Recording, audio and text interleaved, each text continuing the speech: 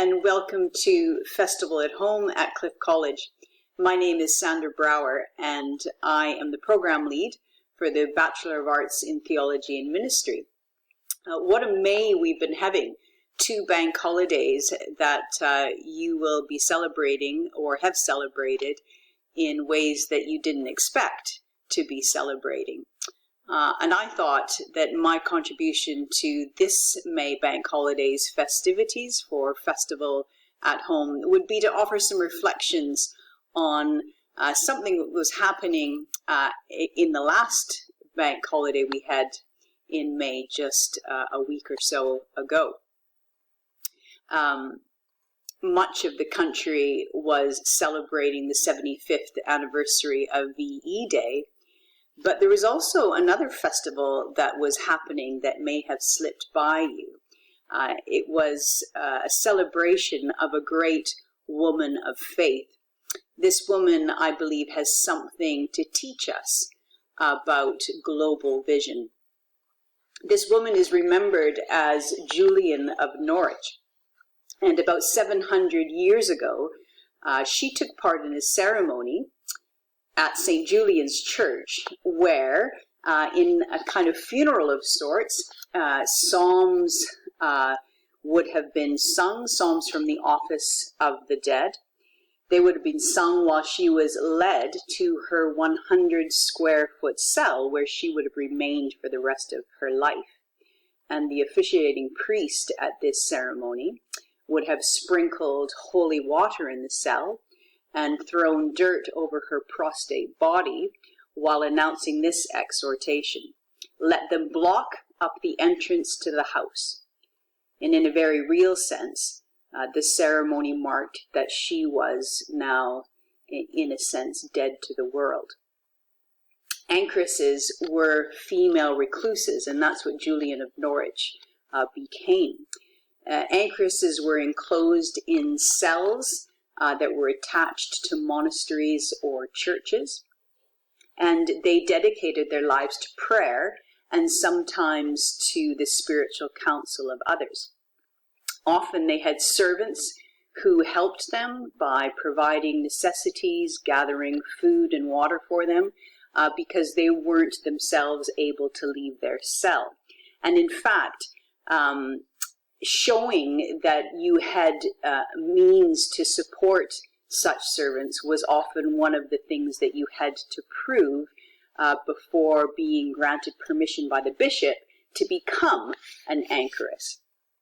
And one of the texts that gives us some guidance as to the kind of life that an anchoress lived is found in a rule of life of sorts called the anchoring rule. It literally means a guide for anchoresses. And it stipulated many things, but one of which was that when her small window was open, a curtain was to hide the outsider from visual contact with the anchoress. And here's a quote from the rule. "Therefore, my dear sisters, be as little fond of your windows as possible. Let them be small, those of the parlor smallest and narrowest. Have curtains made of 2 kinds of cloth, a black ground with a white cross showing both inside and outside. Don't peep out of your window, keep your eyes at home." No letters were to be written or received, and anchoresses weren't allowed to keep pets. The exception was a cat, because cats could come and go as they pleased. Even conversational contact was limited, particularly with men. And again, I'll read you a passage from the rule. Here the rule is quite stern. "If any man requests to see you, ask him what good might come of it. For I see many evils in it, and no good. And if he insists immoderately, believe him the less. And if anyone becomes so mad and unreasonable that he puts forth his hand toward the window cloth, shut the window quickly and leave him." Imagine such self-isolation? Well, imagine indeed. This year's commemoration of Julian of Norwich undoubtedly brings to life this kind of isolation in a way that we would have never been able to imagine before. We are having our own isolation rule, our Corona guide to isolation. The perhaps humorous excerpt about conversations with men elicits an image, I think, that's quite fitting for this time that we find ourselves in. A few weeks ago, my daughter celebrated her 13th birthday, and her grandparents paid us a visit to wish Anna happy birthday. But of course, they stayed on the other side of our front bay window, and we had the window opened a crack so that we could talk to one another. But it would have been deemed quite mad and unreasonable for any of us to put our hands through the window and touch. I wonder how you're feeling, having endured 2 months of lockdown. How is your morale? How are your levels of patience? I read quite an interesting article a couple of weeks ago entitled this, "Why You're So Irritated by Everything." And its subtitle was this, "It's Definitely Not Just You." The writer was saying that we have reached the irritation stage of this pandemic. And she referenced one psychologist's explanation for this. And the psychologist said that irritation is a kind of conflict. And conflict is one of the brain's strategies for calming down the distress of anxiety. And she says, for better or worse, we blame or focus on others' perceived flaws as a way of calming ourselves down. When we're irritated, we want the source of our irritation to stop. And this time is no different. When the world first became swept up with our present circumstances, I think we all got swept up into it. And we all felt a kind of unprecedented global solidarity. We felt one with our global neighbors in a way that we probably most of us have never experienced before in our life. And we're all keen to do our part, and still keen to do our part, whatever that means as we begin to see the blueprints of the road to recovery. But I think if we're honest, we're about done with this. We're flagging, and we want things to return to normal, even if that's going to be a new kind of normal. As I said, we have seen the beginnings of a draft outline for the journey back, the roadmap back, but we're only beginning to think about what that long journey might look like. And that honesty about how maybe we're feeling right now makes Julian of Norwich all the more fascinating of a character, because her self-isolation was something she took upon herself by choice. And what's more intriguing to me is that she would have gone into that with her eyes open, in a sense, because she too experienced something like we're experiencing now. We don't have many biographical details of her life, but some historians believe that she was born in 1343, which means that she would have been about 6 when the Black Plague swept through the city of Norwich. The bubonic plague, rather, also known as the Black Death. So it would have swept through Norwich when she was about 6 years old, and it's said to have killed about 1/3 of the population. Now, that wouldn't have been something easily forgotten, and some even have speculated that she lost family members during the plague.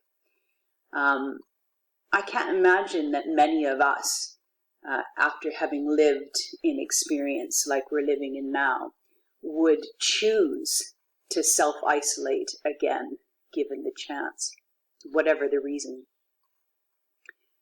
So what is the psychologist's remedy for the irritation that we might be experiencing, or that impatience that we're feeling right now? Well, the suggestion is that we can mitigate the underlying anxiety by doing a few things. Feel your feelings, get as much sleep and exercise as possible, eat well and drink water.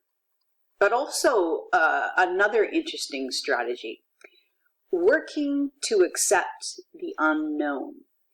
And it was this strategy that caught my eye as I was contemplating and thinking about Julian of Norwich and this festival.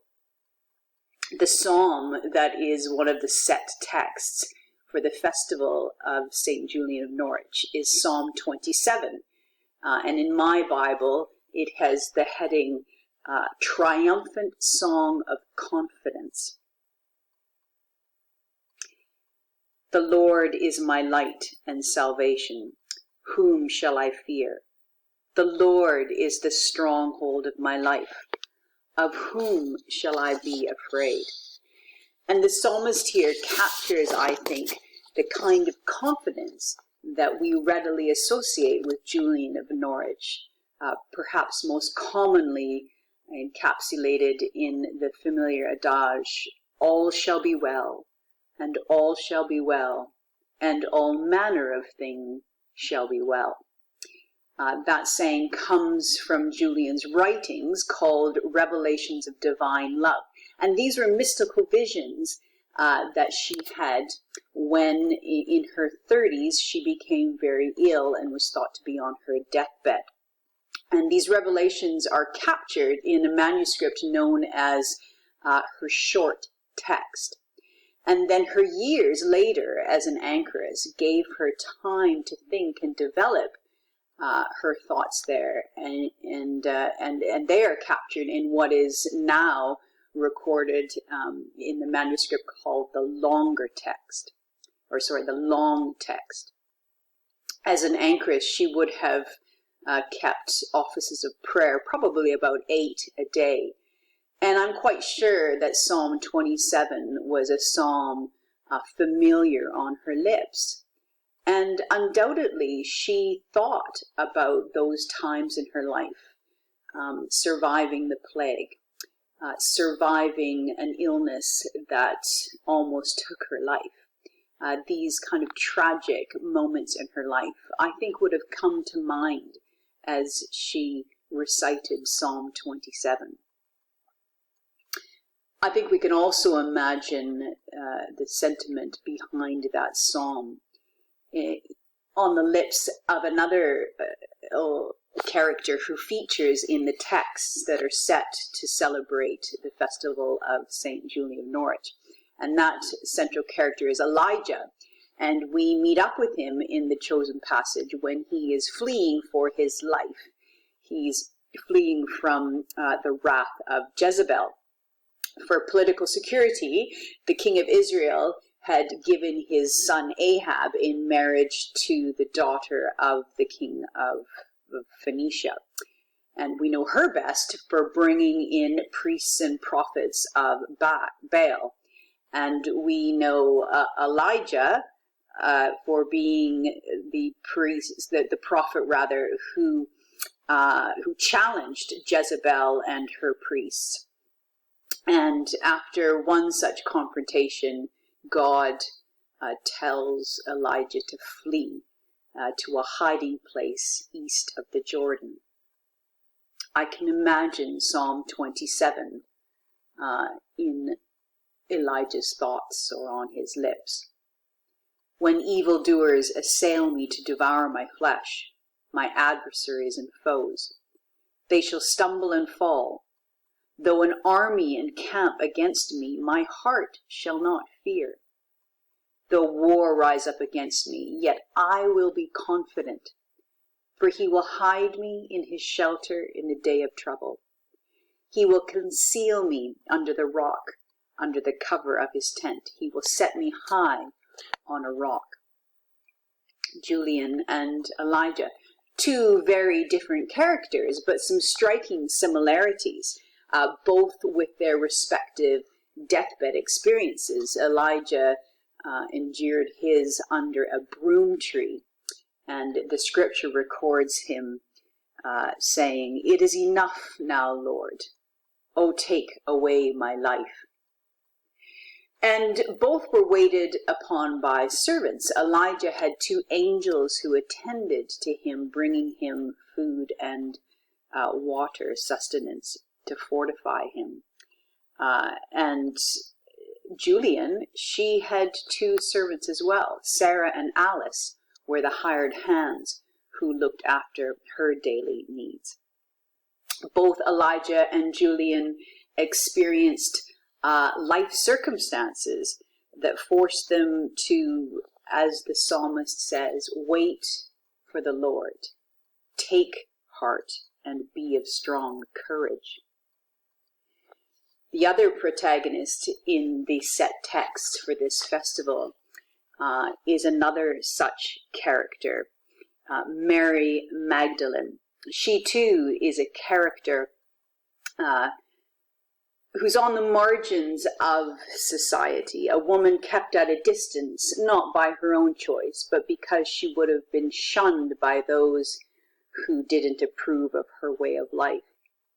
And in the festival's gospel reading, we meet her in the garden of Jesus' tomb. She's grief-stricken and experiencing heightened anxiety, the kind that many people around us will be experiencing right now when a loved one dies, particularly if that loved one was the only one who really gave them a chance, or the only one who saw beyond what other people saw, the only person who really looked out for them, the only one who really made them feel loved and cherished.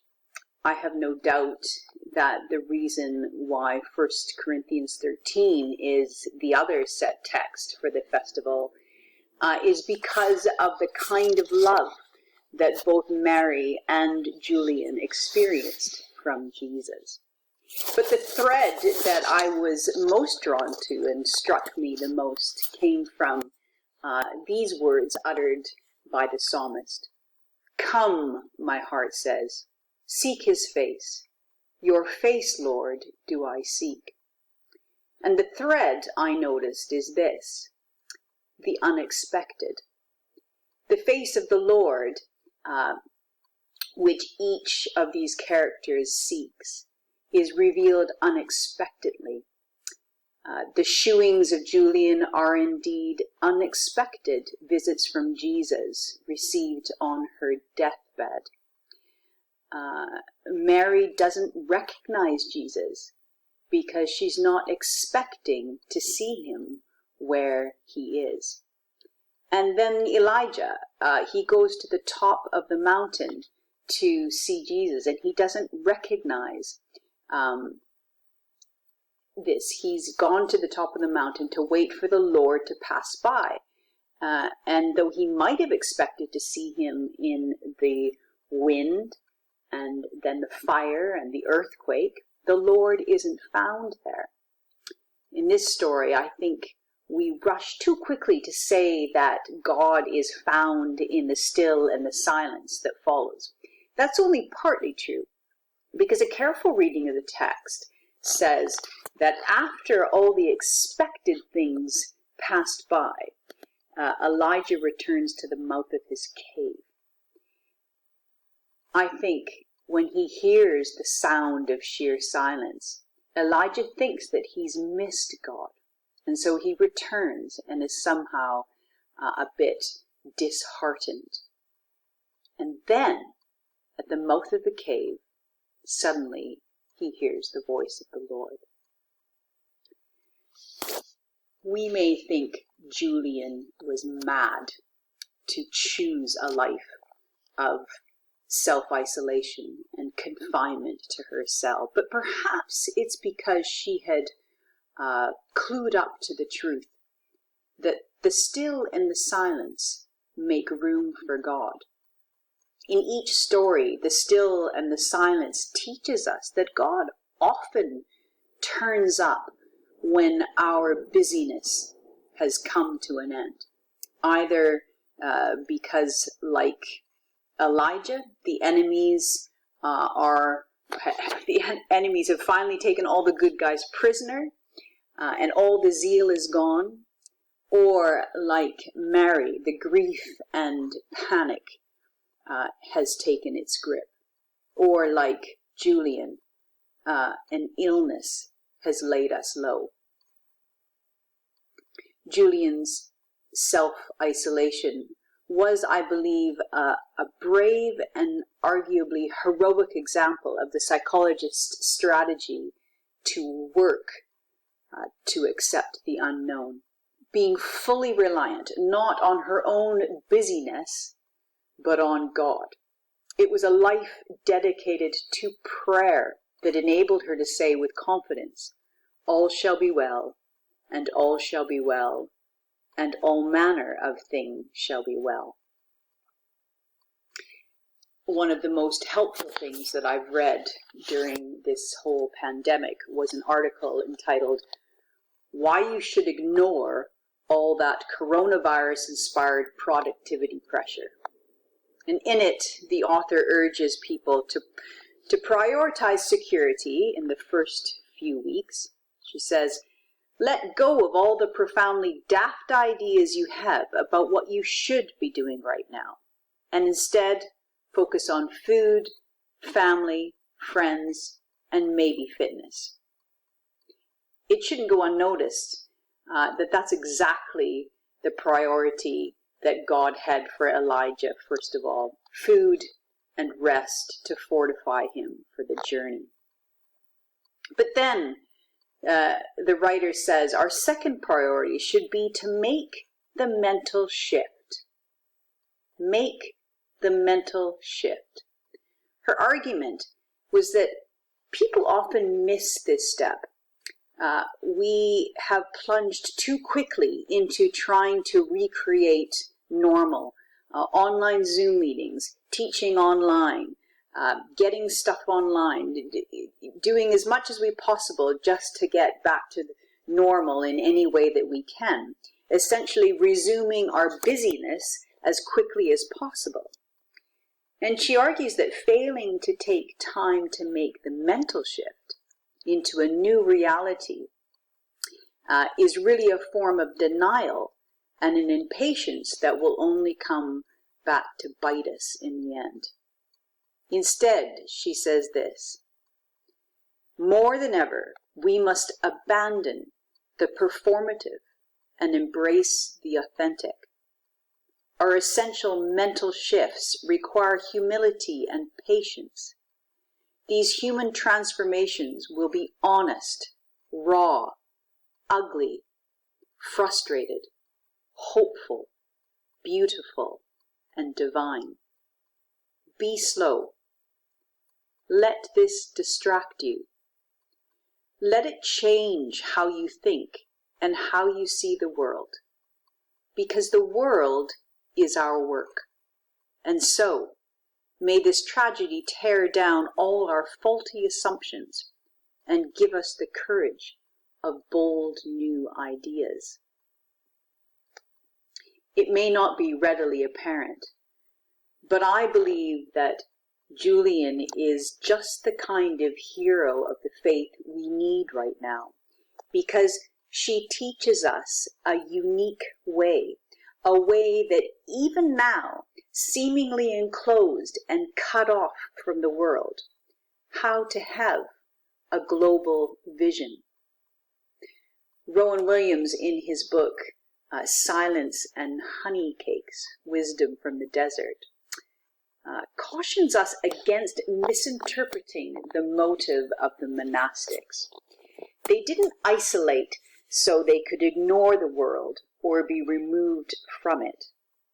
They isolated so that they could be for the world, in a way that the rest of the world, busy in society, simply cannot be. Such an act, for the sake of the world, is an act which creates the space needed to make the mental shift the writer of the article referred to. And I believe that Julian of Norwich is an example of one who made the mental shift. And in her chosen life of self-isolation, she was enabled to change how she thought and how she saw the world.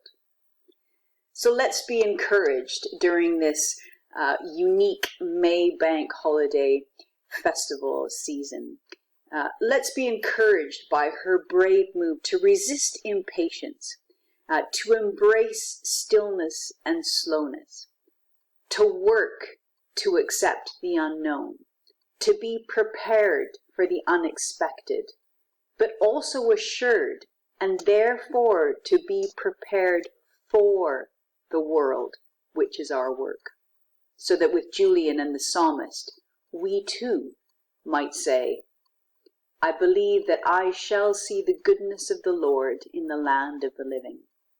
Wait for the Lord, be strong, and let your heart take courage. Wait for the Lord. Thanks for listening, and I hope you enjoy the rest of your festival at home.